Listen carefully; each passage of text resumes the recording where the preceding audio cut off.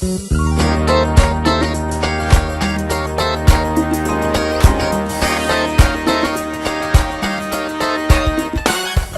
and Reet, sitting here peeing our pants. No, we're not peeing our pants. No, we're not. No, we should be. Because we get so nervous when all these big, huge stars come, right? We have Dee Wallace here. The scream queen of the 1980s who's so bored sitting here with Peet and Reet. We've actually done the show before we've done the show, right? You weren't here, but we've been here for an hour, and it's done now. Oh my gosh. All right, so let's go back to Scream Queen and horror. Look at you. You don't look like the horror type person. How did you get into horror? You're a pretty lady. What's going on with that? Hey, in the 80s, you know, they were looking for pretty little blondes who had some kind of sex appeal, who were good screamers. And I was there. So. Now, was it your dream to be an actor? Were you going to be an actor? Oh, sure. Well, it was my first dream to be a dancer. I was a professional ballet dancer with the Kansas City Civic Ballet. Mm-hmm.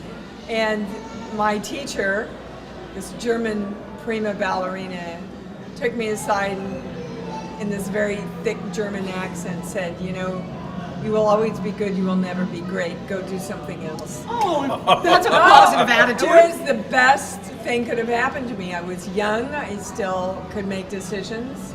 So I became an actress. I was a school teacher. I taught high school.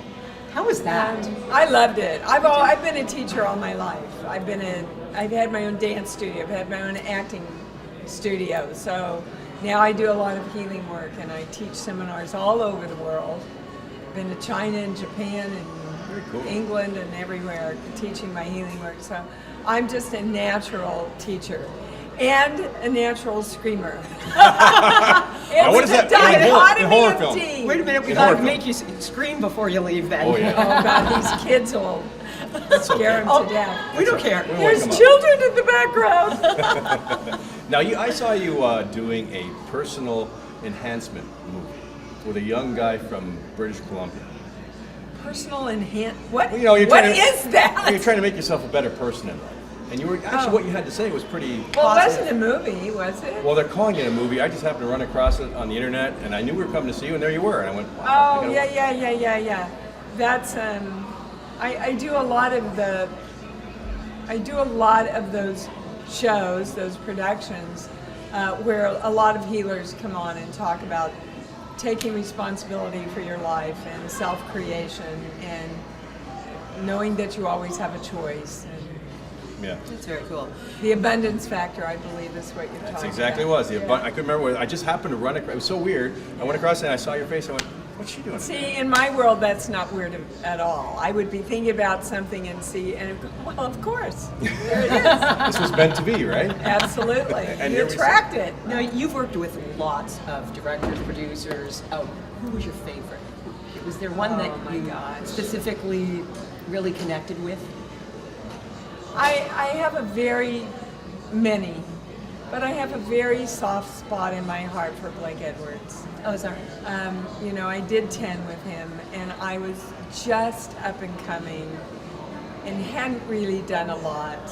And Blake was, you know, I mean, he is the biggest, most iconic producer, writer, director ever. And he hired me for 10, and I went to Los Hadas, Mexico, and started out in a marble suite with someone very big who took extremely good care of me and respected me and guided me, helped me get a bigger agent. He just was kind of a father figure director for me. And I, hard guy, boy. I mean, you didn't want to get on the wrong side of Blake, but I seemed to be on the right side of Blake. You're giving him what he wanted, right? I reminded him of a young Lee Remick. Oh yeah, actually, Lee Remick. Yeah, I could see that. I could see that definitely. And Joanne Woodward. That too. Wow, so, it's not too shabby. But I mean, there's so many directors I've worked with, really. That just Joe Dante, you know, Louis Teague. So many. Who would you say taught you the most? Would it be Blake or someone else? You know, I don't think there are many directors that taught me much. A really good director, the more advanced and higher up a director is, the more they frickin' leave you alone. Yeah. Oh. They find what they want, and you're it, and they trust you, and they'll guide you, and you have discussions with them.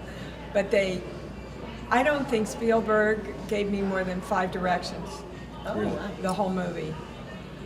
But so I would have to defer to my teacher, Charles Conrad, who is my mentor and literally changed my life as an actress with his vision. And actually, he used to give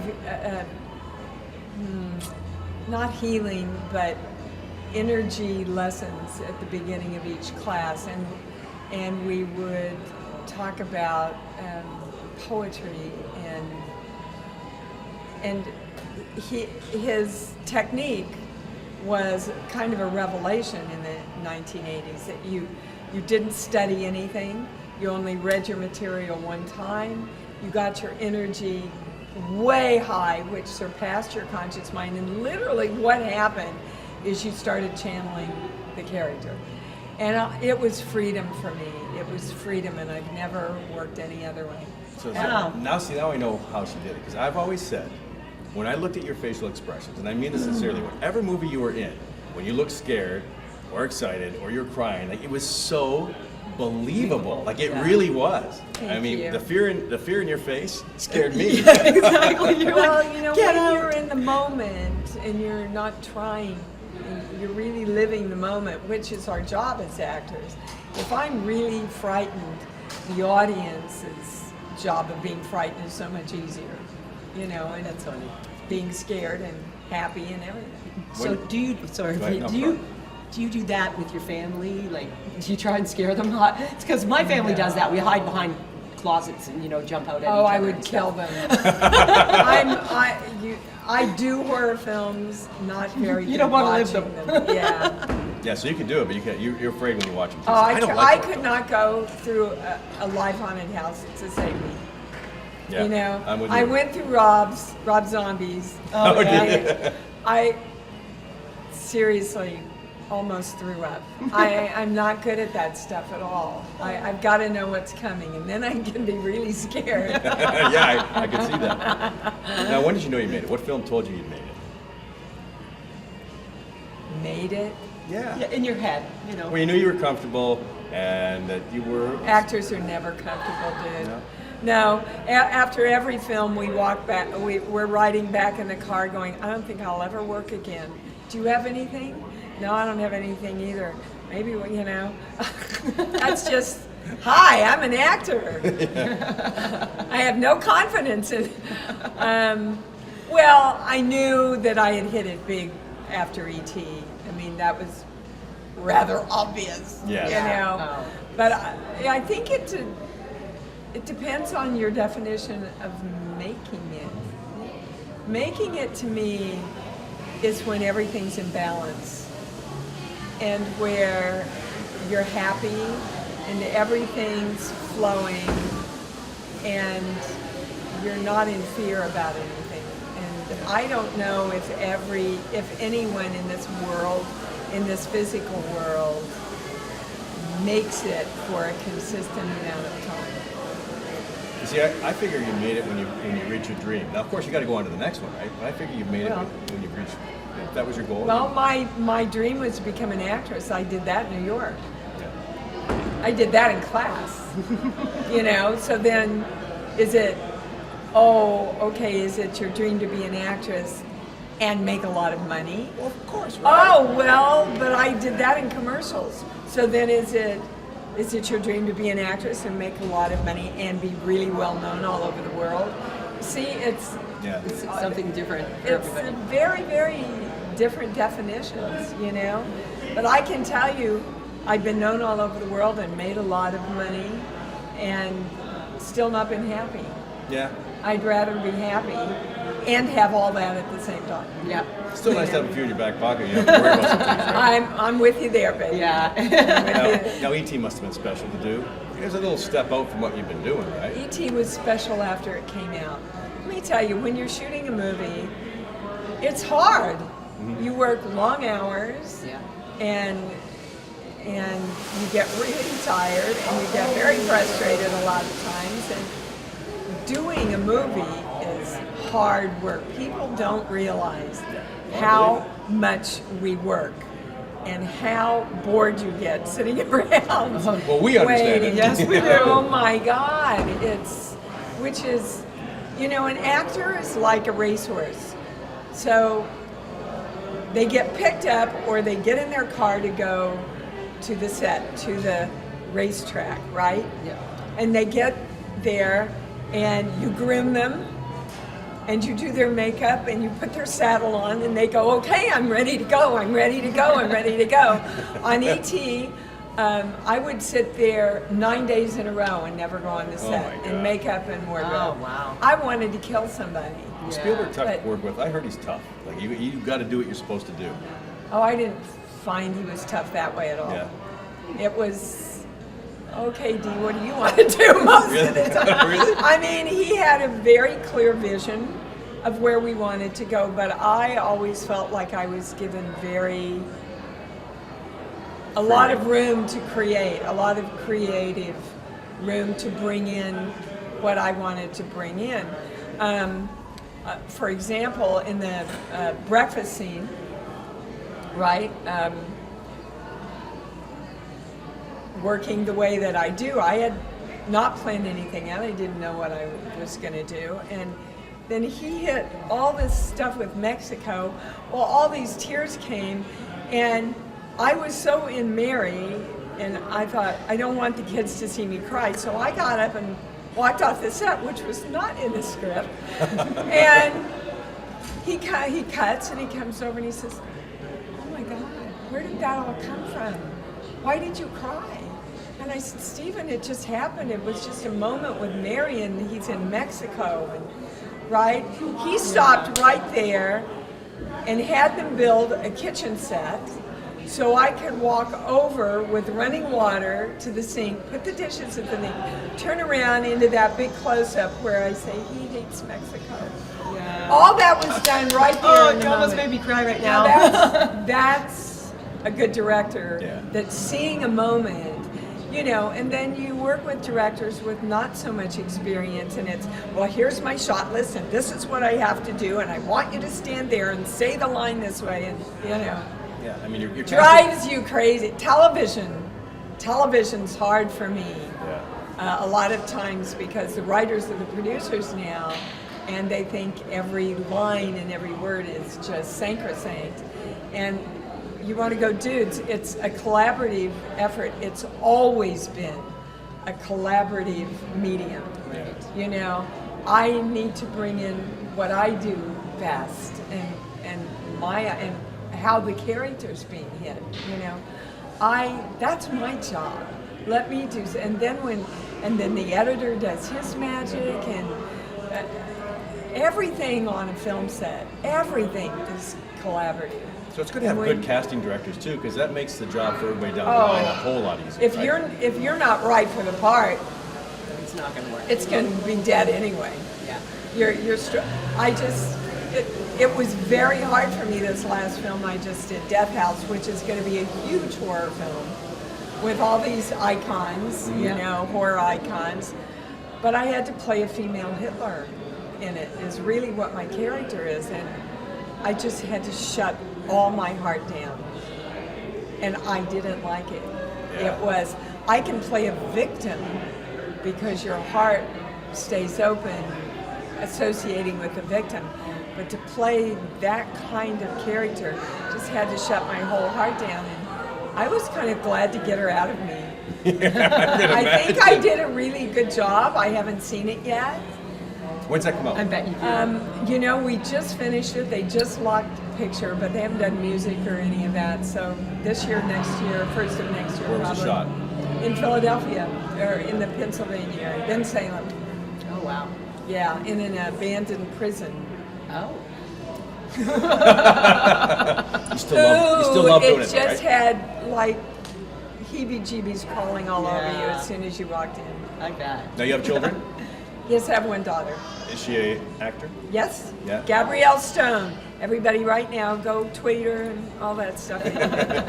She's a wonderful actress, and she's just written, produced, and is co-directing a short film on abuse and choice, the right to choose. That's fantastic. All right, so we got some pointers, but we need some pointers because we honestly, truthfully, just got our first acting parts. Yes, we did. Yeah. No, we did, for real. It's not, we're not kidding. We're not kidding. I'm glad we have our feet up. No, we're going to be some characters in an old, funny TV show that used to be on for kids in Canada. In Canada. Yeah, and so now it's going to be a movie about bullying. And I'm Oh, going to, yeah, good. I'm going to be an Australian guy who was Clyde Batty, and you're And going to I'm Griselda the Witch. and this shoots in September, so. And this is a drama. Oh yeah. Oh, it's a big drama. Oh yeah, drama. So what's the first thing you could tell us? What do we need to do to get into character? How are we going to get into character? Because we're going to be dressed up in a lot of makeup. It won't be us. I Sure, will I be wish a you lot would. of makeup for sure. Not that I don't look like a witch Well, now, look. but She's thinking about it. I think she's thinking there's no help for us. We shouldn't be doing this. I think, if the costumes and the makeup, you'll probably fall right into the Yeah. part. If I don't have the right wardrobe on, You don't feel it. I can't find her. It's true. Really? Yeah, I can't. Wardrobe is more important to me than hair and makeup. But my best advice to any actor is to throw your energy toward who you're acting with. Most actors seriously go, your line, my line! Your line, my line! And if you throw all your energy to the actor and really see what they're about and what you're getting from them, and all, then you don't really have to think about doing anything. Now, it sounds like you're kind of playing caricature. We're playing. yes. You know. Already created, so we've kind of got to recreate. So what's the core of that character? What drives her? What drives Right. Griselda. Griselda. Griselda? The witch. What yes. drives her? Do The you cauldron. know? Yeah, the cauldron. She was always around a cauldron. Yeah, but why? Boil So bubble. what's she trying to do? What's her stake?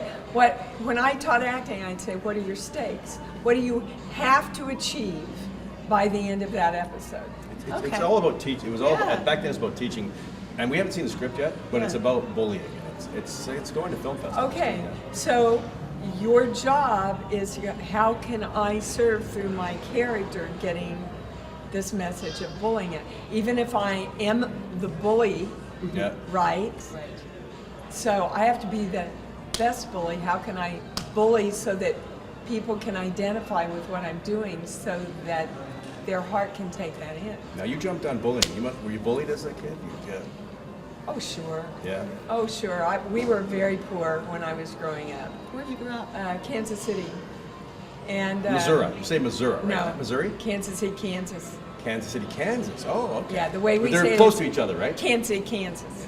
Kansas. Yes, Missouri, Kansas City, Missouri, and Kansas City, Kansas are one really big metropolitan See, she said area. Missouri because when I went out there and Missouri. worked. Yeah, they said Missouri. I said, it's Missouri. Okay, well, I'm not seeing the A. But Who says Missouri? when I was out in the backwoods shooting out there, I was told, I said Missouri, and they said, no, it's Missouri. I went, okay.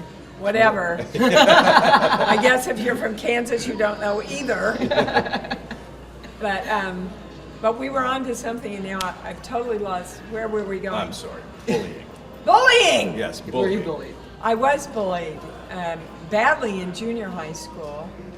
I don't feel like I ever was a bully, ever, because I was too sensitive to do that to other people. But, I do a lot of seminars and private teaching how to create your life and take responsibility. And my latest passion is I have created a little toy teddy bear.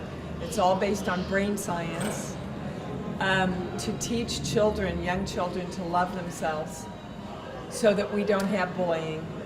It's a great idea. If we really love who we are, then we don't have to put It can be somebody difficult else at times, down. right? It can be difficult. Well, it's Yeah. a challenge on this Yeah. plane, especially because when you're very small and your brain is putting all this together, you're taught, sit down, shut up. Yeah. Do what you're told. Do what you're told. Give your toy away. You're not as important as they are, and you're certainly not as important as what our friends think of you. And it's damaging to us for the rest of our lives. Yeah. First 5 years, right? Most crucial. First 5 years, your brain is 80% complete. Wow. It's soaking everything in. Yeah, Like a sponge. And how you see yourself and how you see your worth in the world, done by 18 months to 4 years. Wow. So this little guy's name is Papalopoulos, Papalopoulos. and he has 14 really empowering first-person statements, and the child pushes the paw and says, Bappa says a statement like, I love my body. And the child says back to his best friend, I love my body. So it's strong first-person statements, repetition, bonding object, right, that any psychologist will tell you is really important for children. See, that's great. That is a great idea. Where can they get that? If you go to my website, iamdeewallace.com, Double L. double L, thank you, D-E-E, Yeah. Yes. One quick question. Yes. Your favorite movie that you did? Favorite. Cujo. Yeah? Cujo? Yeah. That scared the crap out of me. Yes, I did my did. shopping, didn't I? Yes, you did. I just think, when I look at Cujo, I'm really proud of my work, and I went absolutely as far as I could go emotionally in everything. You left it all there. I left it on the floor, baby. We got one quiz for you. We've got Oh, these dear characters. God, I'm No. terrible at quizzes. No, it's easy. It's You'll, easy. you'll identify these right away. Two famous people. They did a movie. I'm sure you recognize them, right? Oh, they did that piece of garbage. Yeah, you're right. We hated that movie Yeah, too. yeah, it was, we- it yeah, was it a was terrible awful. movie. Yes. Oh my God. Why Terrible. do you have this? Well, they gave it to us as a piece of trivia. Said everybody's going to know who these guys are. But why? Why would we want to? They made me do this. They made me trash them. I want you to know that. We tied her up, said we would This gag her. is She not to didn't. tell the truth. It's the Peet and Reet show. Seriously, aren't they cute? Oh yeah. I think I was trying to color. Sexy. Dee, thank you so much. Thank for your you time. so It was a real much. pleasure. Thank you. You're amazing. More coming up on the Peet Reet Show at Comic Con.